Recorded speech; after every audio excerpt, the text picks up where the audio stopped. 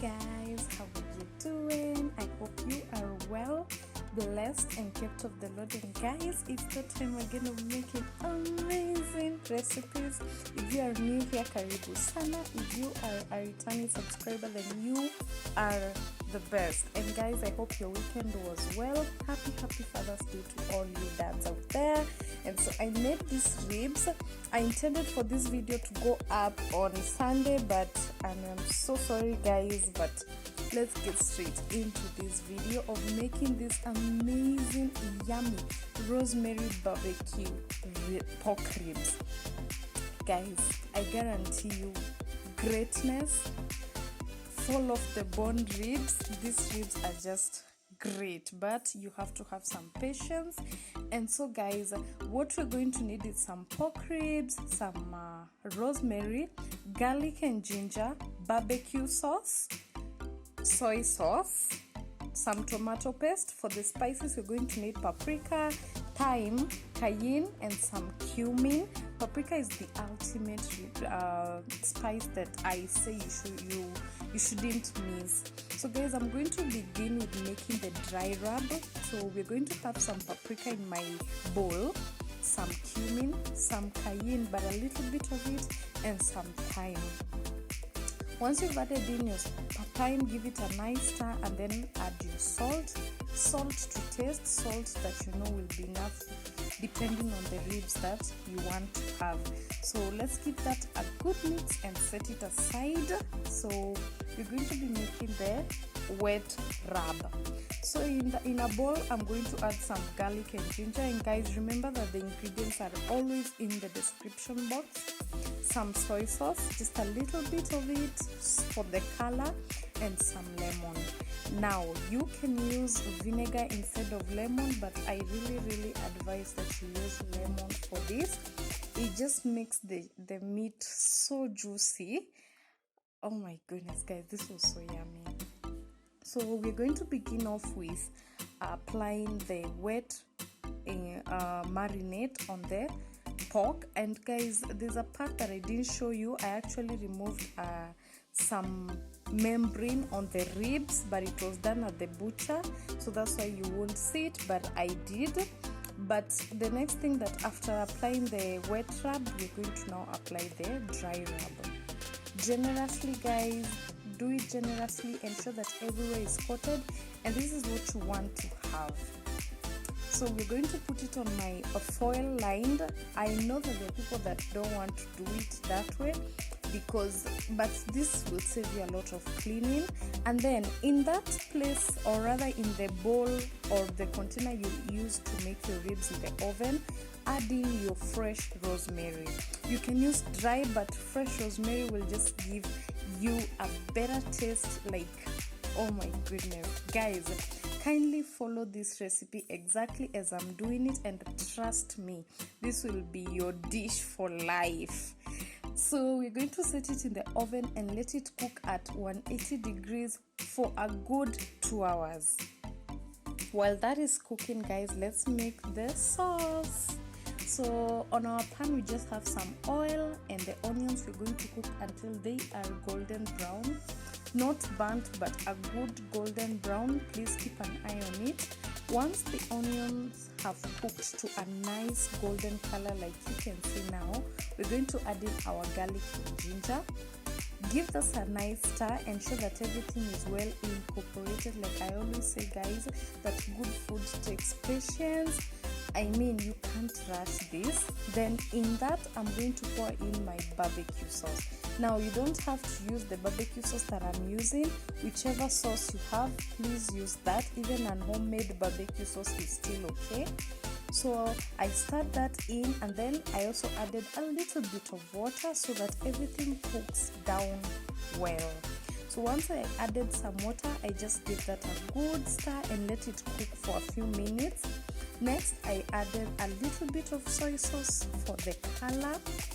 That's about a tablespoon of soy sauce. And guys, like I always say, this sauce is dependent on the amount of ribs you're making. In there, I'm also going to add a little bit of some tomato paste. Now the tomato paste is totally optional, but I decided to use it. Then remember the dry rub that we made for the ribs? I used half of it.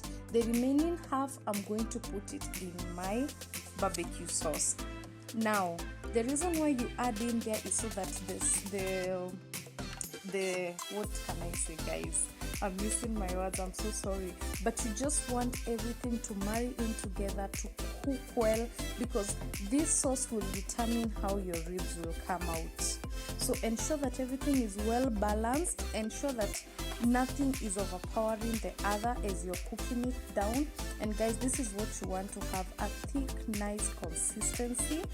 I divided my barbecue sauce into half. Some of it I'll have with more food, and then the others, guys, you will apply on your ribs. Now 2 hours later, actually 1 and about 1 hour 40 minutes later, this is how our ribs look. Look at the way the meat has pulled from the bone, guys. Oh my goodness, this was just amazing. So the next thing I'm going to do is I'm going to apply the barbecue sauce on my ribs. Apply it generously, ensure that everything is well coated with the barbecue sauce. And once our ribs are well coated and everything looks nice and everything is well covered, we're going to put them back in the oven. But this time we're not going to cover them.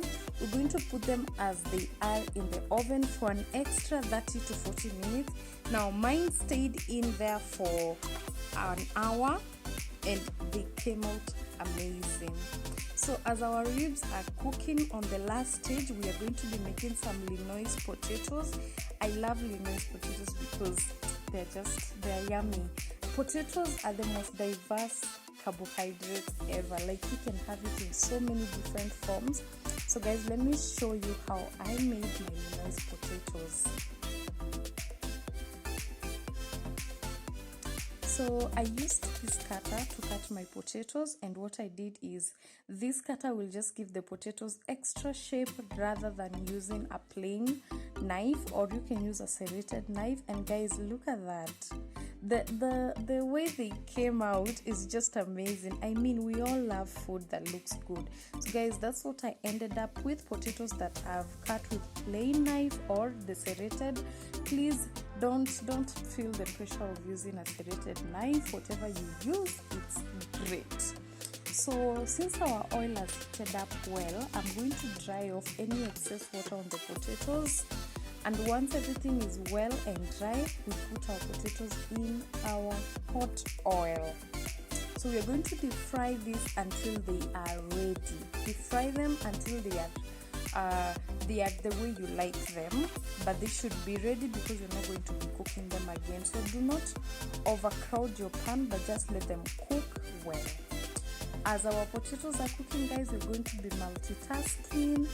I'm going to be making the onions part of it. So in my pan, I've heated some oil and lots of onions. Guys, depending on your potatoes, have more onion, not really more, but a lot of onions. Please don't let them be small, or rather kidogo.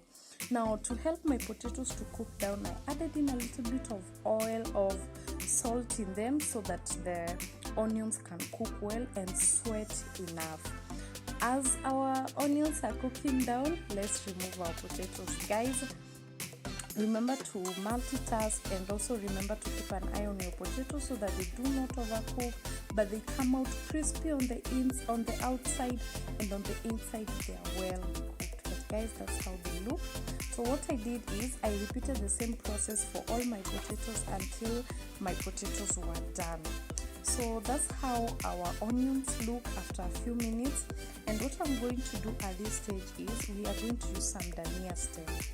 The part that I'm showing you, that's what you're going to use. So what I did is I cut them into nice small shapes, and then I added it into the onions. Give that a nice stir. Now you can skip the dania stem option, but I highly recommend that you do not. Please add the dania stems. They're going to give your onions and your Lynnoise potatoes a deeper taste, and trust me, you will love it. as our onions are cooking, guys, we are going to be making our salad. And all we need is some onions, tomatoes, lemon, and coriander. So let's cut the onions, guys.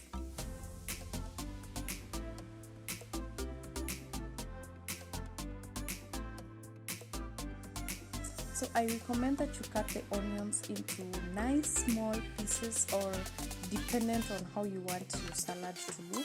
I soaked my onions in some warm water with salt. That will help it to release any juice that leaves your mouth smelling funny or that is bitter.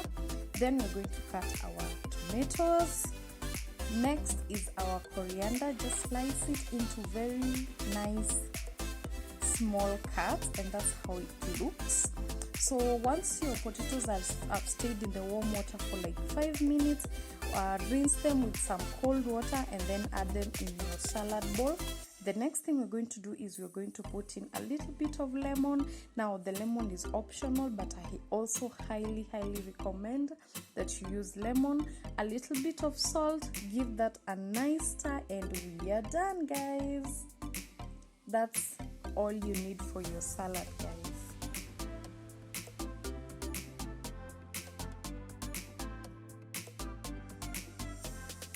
It looks amazing. Kachumbari is just the best salad, I think, because it takes minutes to make and it's yummy always. So guys, once our potatoes are ready and our onions are ready, we're going to put them in together. I'm going to pour my onions onto my potatoes and give it a nice mix. Do not mix with a fork or a spoon, just throw them up. I don't know how to explain, but mix them in a way that they will not break. Add some coriander and voila! That's how our potatoes look like. Guys, tell me, do you prefer the serrated knife potatoes or the plain knife potatoes?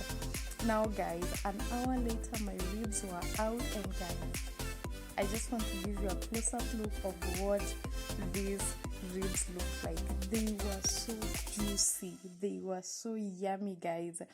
These ribs are just, I don't know, guys, what to say, but they are the best. Remember that you can cook your ribs as a whole. You don't have to cut into pieces, but I prefer cutting into pieces. And look at that, guys. Oh my goodness. Guys, these ribs were so yummy, so yummy. So guys, that's it for today's video. Thank you so much for watching until the end. If you've not subscribed, kindly do so.